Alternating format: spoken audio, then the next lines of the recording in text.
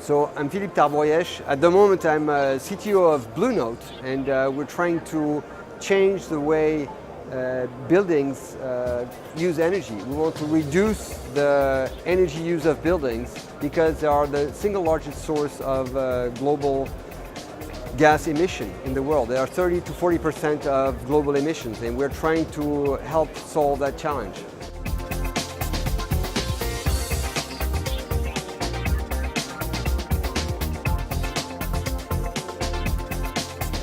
So what we're trying to do is we're trying to unlock value in the buildings that is locked because energy is not properly managed.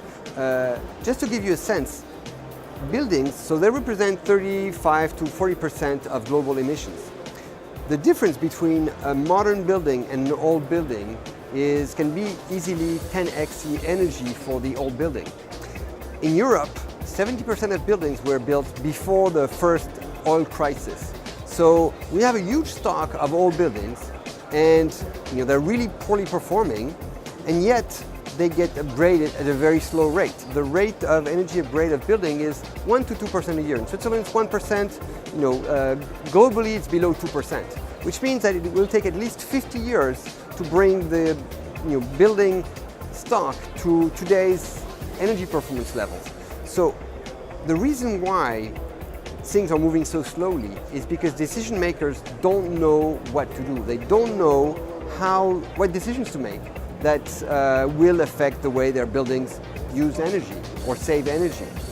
And the reason why they don't know is because anytime a building makes an experiment, tries a new solution, does insulation, whatever, this information stays with the building. It very often doesn't even get collected. What we're building is a protocol that makes it possible for buildings to learn from one another on what worked, what didn't work, and do that without exposing confidential information. So the collection, the storage, the processing, and the value creation based on this data is all done on the edge. It's done within the buildings. And the revenue from this value creation is split evenly among the participants, fairly among the participants. So if somebody is using let's put it this way, in a traditional cloud model, all the data from all the community goes into a centralized server, and then it gets mined and value gets created for the owner of the cloud platform. Buildings, they know that the energy data they have is highly confidential. They know that if you have the energy consumption curve of a building, you can derive the economic activity of the companies that stay inside. This is highly confidential. They don't want to share it. They don't want other people to know exactly how much they're using in real time. However, if this data can be processed in a way that is exposed, that is understood by the building, and they can get a revenue for letting their data be processed, they're fine with that. So we built a protocol to let this happen. We built a protocol so that queries can be distributed to buildings. The queries can be run on the nodes that the buildings operate, and then the outcome, the output, goes to whoever buys it, and the payment they make for this intelligence is fairly split between the buildings that participate. So this is really the transformation. We call this distributed intelligence, data intelligence. It's really a completely, radically different way of addressing sharing intelligence between participants that don't trust one another.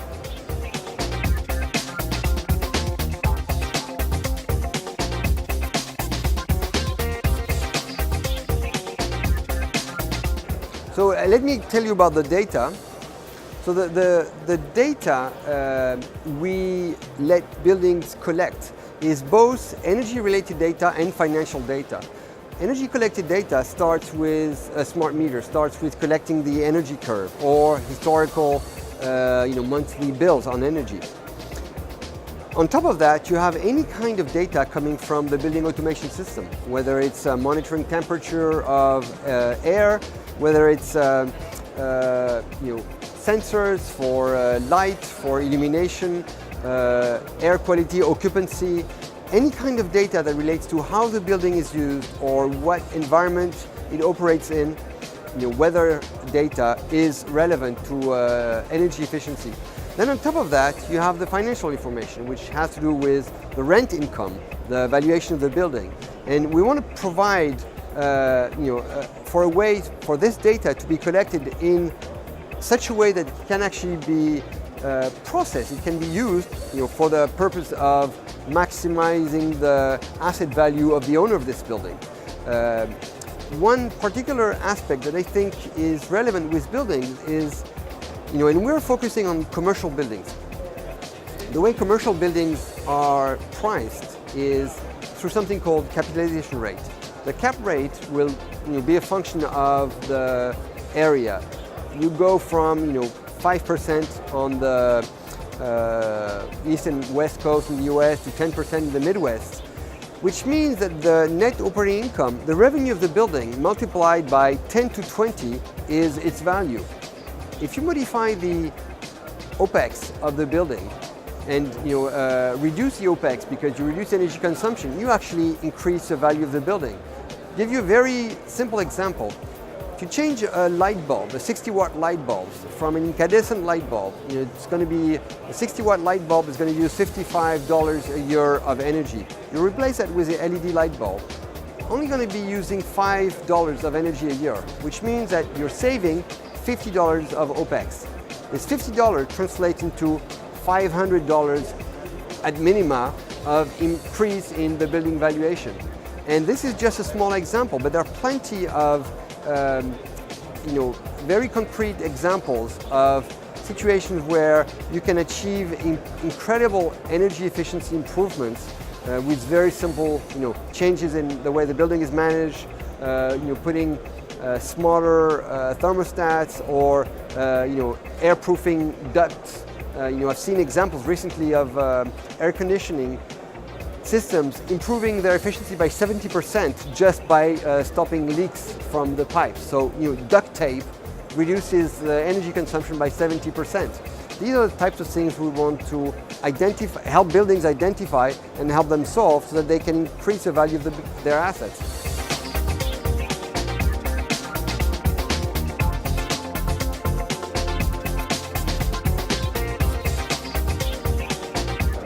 So they wouldn't ask me. We're creating a protocol to make it possible for the seller to answer the questions the buyer has.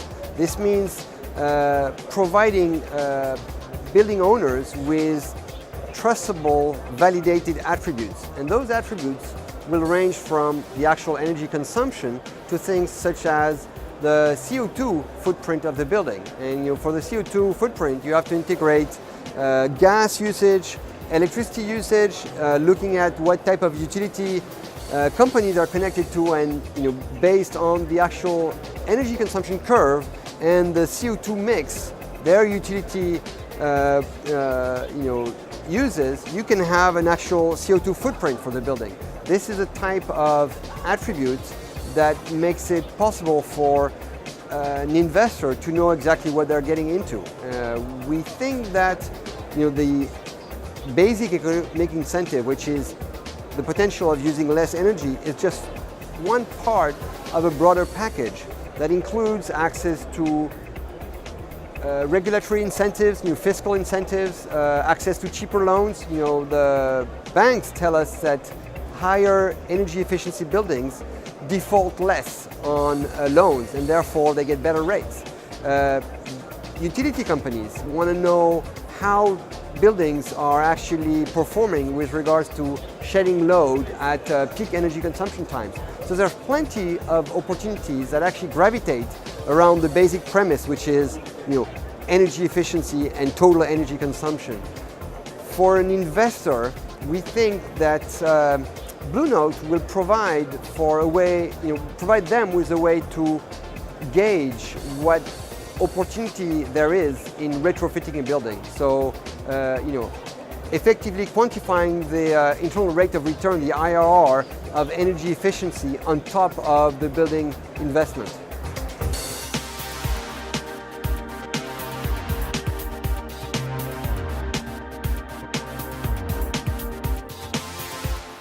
there still are. I mean, buildings are snowflakes. I mean, they call them snowflakes. They say every building will have.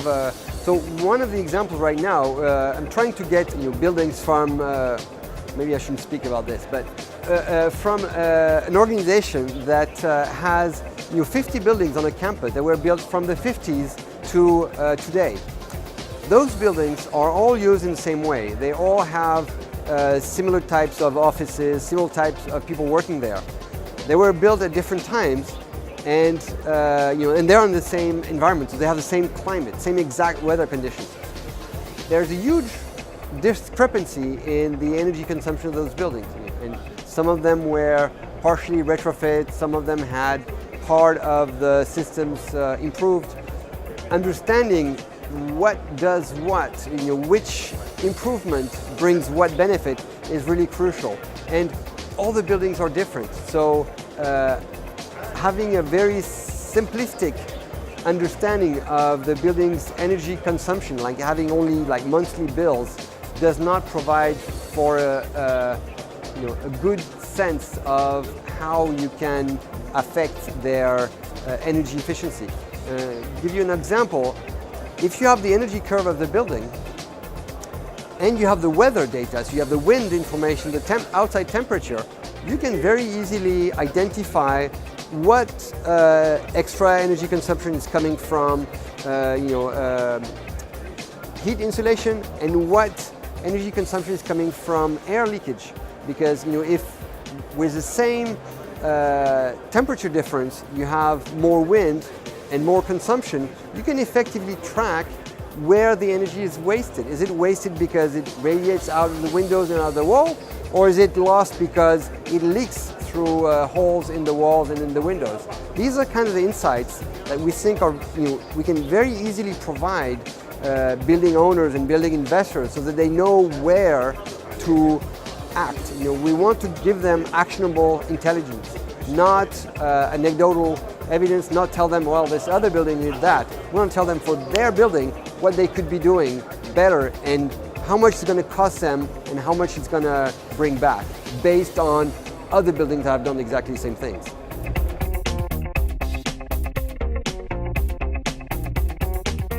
I don't know. I mean, so we will, but governments move much slower. The real, we think the potential of a protocol such as Bluenote is actually to be used as the basis for taxation, because global warming is going to become such a big issue that democracies will actually push for solutions to address it. And because buildings are such a huge part of the problem, there will be tax incentives, there will be carbon trading, new solutions to motivate the lowering or punish those who don't lower their energy consumption. We're not building it for this, but we know that's what it's going to be used for, ultimately, if we were successful.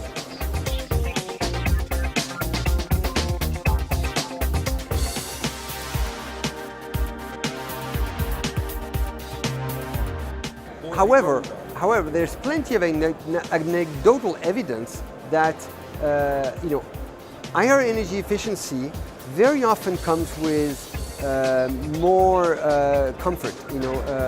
Heat insulation is extremely close to a noise insulation. If you protect your building against direct sunlight in order to minimize cooling requirements, you also make it more livable. What we've seen is there are plenty of examples of buildings becoming a lot more profitable in having higher rent prices when they become more energy efficient. And there's an example of a building in Chicago, that an old industrial building that was energy retrofit, so that and then Google moved in, the rent tripled. So there's a lot of really objective evidence. Right now it's anecdotal. We want to turn it into systemic evidence.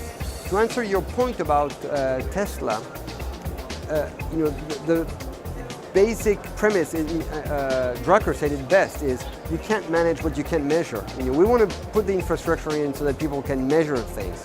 And once they can measure it, they will be able to do, take the right decisions.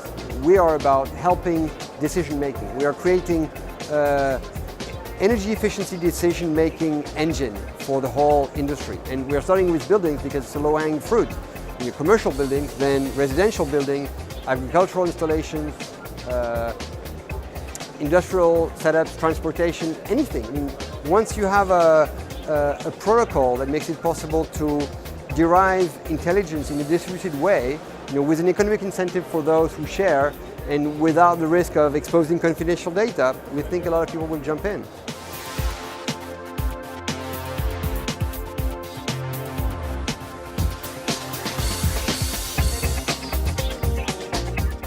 One of the key, and actually it's true both for new and old buildings, but making it possible for the building to collect real-time data on how it's being used, how it's being operated is really essential. And even for new buildings like the Edge in Amsterdam, which is one of the greenest buildings, Deloitte, I think, headquarters, really very green building. In most impact they had on energy efficiency is when they realized they needed way fewer offices because most of their offices were empty most of the time. So by optimizing the way people were sharing space in the building, they actually lowered their energy consumption. They were able to repurpose some parts of the building for other companies. So making it possible to measure things is the most important one. With regards to new buildings, new buildings are not the low-hanging fruits. New buildings, they're doing things mostly right. I mean, they are so far ahead of old buildings that this is not where the biggest gap has to be filled. I mean, we think old, sort of forgotten buildings are the low-hanging fruit. Mid-sized buildings where energy is not that big of an issue, people have been doing things the same way for years. We think it's possible to convince them that it's in their best financial interest to optimize energy usage. And to some extent, what we think the potential of Bluenote protocol is, we want to make sure that real estate funds are held accountable by their own investors. They have a fiduciary duty to minimize risk and maximize profits. With Bluenote, we want to establish a way for their investor to hold the funds accountable.